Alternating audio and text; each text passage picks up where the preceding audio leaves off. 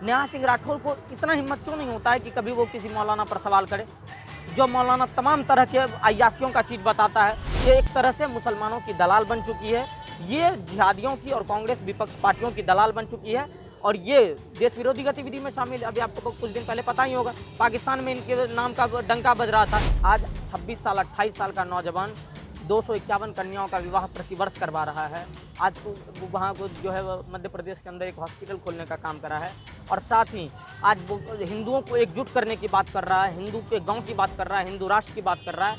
अगर वो फेक है तो नेहा सिंह राठौर एक नंबर की अय्यास लड़की है, जो ना जाने किस हद तक जा सकती है पार्टी का टिकट लेने के लिए, पार्टी का टैग लगाने के लिए। नेहा सिंह राठौर ने एक बयान दिया जहां वो कह रही हैं कि बाबा बागेश्वर जो कि बहुत बड़े कथावाचक है, उनको कह रही हैं कि अगर ये इतने बड़े ही बाबा हैं, इतने ज्ञानी बाबा हैं जो सबकी पर्चियां खोला करते हैं, तो एक पर्ची एयरप्लेन क्रैश से पहले भी खोल लेनी चाहिए थी, सैकड़ों लोगों की जानें बच जाती। क्या कहना चाहेंगे? देखिए पत्रकार महोदय, सबसे विशेष बात यह है कि जो नेहा सिंह राठौर आज बाबाओं पर सवाल करती है, इनको एक पेशा हो गया है सरकार को टारगेट करना।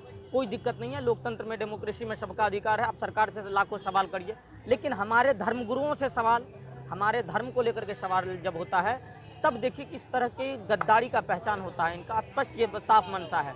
आप देखिए, ये तो आज बाबाओं पर सवाल कर दिए कि पर्चा खोल क्यों नहीं देते, किसी भी दुर्घटना का पर्चा क्यों नहीं खोलते, पहलगाम हमले का पर्चा क्यों नहीं खोलते।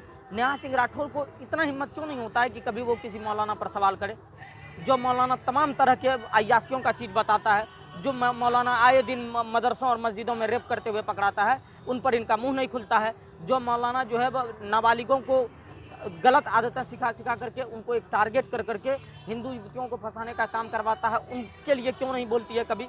ये एक तरह से मुसलमानों की दलाल बन चुकी है, ये जिहादियों की और कांग्रेस विपक्ष पार्टियों की दलाल बन चुकी है, और ये देश विरोधी गतिविधि में शामिल है। अभी आपको कुछ दिन पहले पता ही होगा, पाकिस्तान में इनके नाम का डंका बज रहा था। हाँ। तो देशद्रोही और आतंकवादी मुल्क में अगर पर वो कह रही है कि मैं तो लोक गायिका हूं, अगर मैं अपने गीतों के माध्यम से सवाल कर रही हूं सरकार से या किसी व्यक्ति से, तो मेरा अधिकार है, फ्रीडम ऑफ स्पीच है, किसी को भी पूछने का अधिकार है। बिल्कुल फ्रीडम ऑफ स्पीच है, किसी पर्सनल लोगों को टारगेट करने का कौन सा फ्रीडम ऑफ स्पीच है।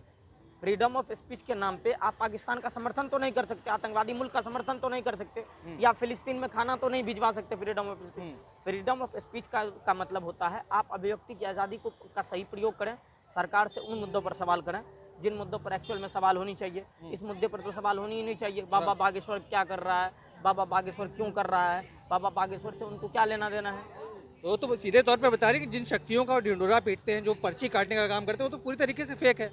बिल्कुल बाबा बागेश्वर फेक है। अगर बाबा बागेश्वर फेक है, आज 26 साल 28 साल का नौजवान 251 कन्याओं का विवाह प्रतिवर्ष करवा रहा है। आज वहाँ को जो है मध्य प्रदेश के अंदर एक हॉस्पिटल खोलने का काम करा है, और साथ ही आज वो हिंदुओं को एकजुट करने की बात कर रहा है, हिंदू के गांव की बात कर रहा है, हिंदू राष्ट्र की बात कर रहा है। अगर वो फेक है तो नेहा सिंह राठौर एक नंबर की अय्यास लड़की है, जो ना जाने किस हद तक जा सकती है पार्टी का टिकट लेने के लिए, पार्टी का टैग लगाने के लिए, और तमाम तरह के प्रोपेगेंडा और हथकंडे अपनाने के बाद भी कोई पार्टी इन पर ध्यान नहीं दे रहा है। कोई पार्टी इन पर ध्यान जल्द देगा और आपको राजनीतिक में दिखेगी। राजनीतिक के लिए देखिए, भारत का ये माहौल है कि राजनीतिक में आने के लिए आप सनातन को टारगेट करें, राजनीतिक में आने के लिए आप धर्म को टारगेट करें, राजनीतिक में आने के लिए आप देवी देवताओं को कुछ भी बकें, या राजनीतिक में आने के लिए हिंदू धर्मगुरुओं को कुछ भी बोलें।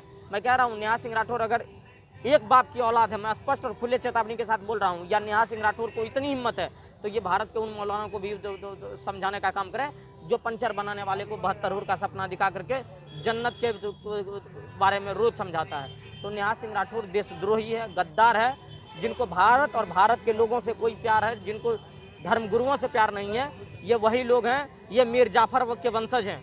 मैं नेहा सिंह राठौर को डायरेक्ट मीर जाफर का वंशज समझता हूँ, जिन्होंने हमेशा से इस वतन के लिए, इस देश के लिए गद्दार रहा है, और आज नेहा सिंह राठौर भी इस देश के लिए गद्दार है।